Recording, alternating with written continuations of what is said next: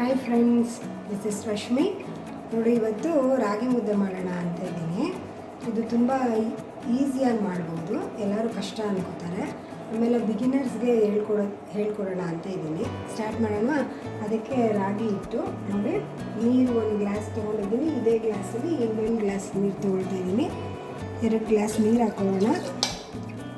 ನೀರನ್ನ ಕುದಿಯೋಕೆ ಇಡೋಣ. ರಾಗಿ ಹಿಟ್ಟು ನೋಡಿ, ಇದು 2 ಗ್ಲಾಸ್ ನೀರು ಇಟ್ಟಿದ್ದೀನಿ ಸ್ಟವ್ ಮೇಲೆ. ಇದು ಕುದೀಲಿ. ಅಲ್ಲಿ ತನಕ ಸ್ವಲ್ಪ ಹಸಿಟ್ಟು ಹಾಕೊಳ್ಳೋಣ. 2 ಟೇಬಲ್ ಸ್ಪೂನ್ ಹಸಿಟ್ಟು ಹಾಕಿದ್ದೀನಿ. ಆಮೇಲೆ 1 ಸ್ಪೂನ್ ತುಪ್ಪ ಹಾಕೊಳ್ಳೋಣ. ಸ್ವಲ್ಪ ಸಾಲ್ಟ್ ಬೇಕಾದರೆ.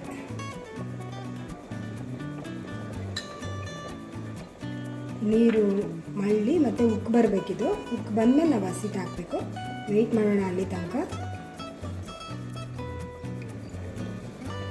ನೋಡಿ, ನೀರು ಮಳ್ಳಿ ಉಕ್ಕು ಬರ್ತಾ ಇದೆ.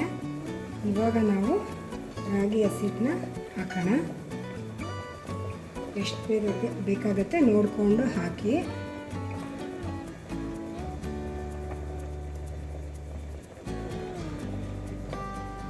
ಇದರಲ್ಲಿ ಮೀಡಿಯಮ್ ಸೈಜ್ 4 ಮುದ್ದೆ ಆಗುತ್ತೆ. 2 ಗ್ಲಾಸ್ ನೀರು ಹಾಕಿದ್ನಲ್ಲ. ನೋಡಿ, ಸಣ್ಣ ಕೋಲು, ಈ ಕೋಲು ಇಟ್ಕೊಳ್ಳಿ. ಕೋಲ್ ಹೆಲ್ಪಿಂದ ತಿರುಗಿಸ್ತಾ ಬನ್ನಿ. ಸಿಮ್ಗೆ ಇಟ್ಕೊಳ್ಳೋಣ ಸ್ಟವ್ನ. ಇನ್ನು ಸ್ವಲ್ಪ ಹಸಿಟ್ಟು ಬೇಕಾಗತ್ತೆ, ತೆಳ್ಳಕ್ಕಿದೆ. ಸೊ ಇನ್ನು ಸ್ವಲ್ಪ ರಾಗಿ ಹಸಿಟ್ಟು ಹಾಕ್ಕೊಳ್ಳಿ. ಇಟ್ಲ ಎಲ್ಲಿ ಇಟ್ಕೊಳ್ಳಿ.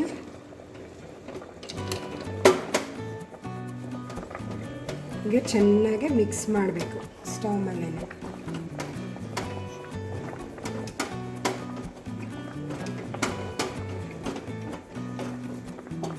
ಎಷ್ಟೊಂದು ಜನ ಕೆಳಗೆ ಇಳಿಸಿ ಪಾತ್ರೆನ ಅಲ್ಲೆಲ್ಲ ಮಿಕ್ಸ್ ಮಾಡ್ತಾರೆ. ನನಗೆ ಆ ರೀತಿ ಅಭ್ಯಾಸ ಇಲ್ಲ. ನಾನು ಸ್ಟವ್ ಮೇಲೆ ಮಿಕ್ಸ್ ಮಾಡ್ತೀನಿ.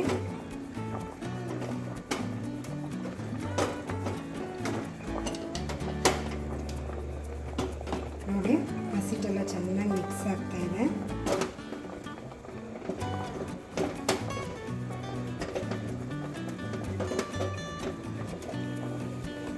ನಾವು ಎಣ್ಣೆ ಹಾಕಿರೋದ್ರಿಂದ, ತುಪ್ಪ ಹಾಕಿರೋದ್ರಿಂದ, 1 ಟೀ ಸ್ಪೂನ್ ತುಪ್ಪ ಹಾಕಿರೋದ್ರಿಂದ ಎಲ್ಲೂ ಗಂಟು ಕಟ್ಟಲ್ಲ ಮುದ್ದೆ.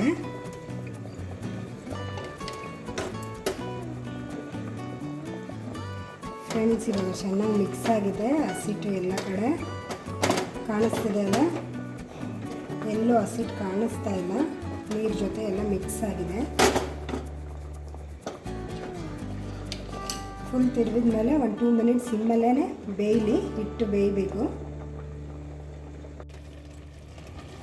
5 ನಿಮಿಷ ಆಗಿದೆ ಸಿಮ್ಮಲ್ಲಿ ಹಿಟ್ಟು ಬೆಂದು ಇದು. ಸೊ ಇನ್ನೊಂದು ಸಲ ತಿರುಗ್ತಾ ಇದ್ದೀನಿ. ಚೆನ್ನಾಗಿ ಮಿಕ್ಸ್ ಮಾಡ್ಕೊಳ್ಳೋಣ.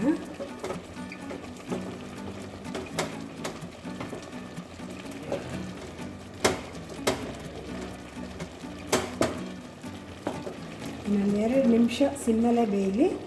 ಆಮೇಲೆ ತೆಗೆದು ಮುದ್ದೆ ಕಟ್ಟೋಣ.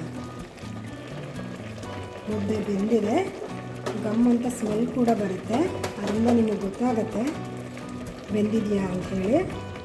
ಇವಾಗ ಗ್ಯಾಸ್ ಆಫ್ ಮಾಡಿ ಮುದ್ದೆ ಕಟ್ಟೋಣ. ನೋಡಿ, ಕೋಲಿ ತೊಗೊಂಡು ಫಸ್ಟ್ ಟೈಮ್ದು ಹೀಗೆ ಇದು ಹೆಲ್ಪ್ ತೊಗೊಳ್ಳಿ. ಸ್ಪೂನ್ ಹೆಲ್ಪಿಂದ ಇದನ್ನೆಲ್ಲ ತೆಕ್ಕೊಬಿಡಿ.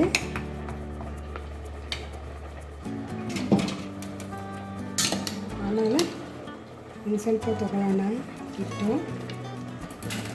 ನೋಡಿ, ನಾನು ಮೀಡಿಯಮ್ ಸೈಜ್ ಮುದ್ದೆ ಮಾಡ್ತಾಯಿದ್ದೀನಿ. ಸಾಫ್ಟಾಗಿ ಬಂದಿದೆ ಮುದ್ದೆ.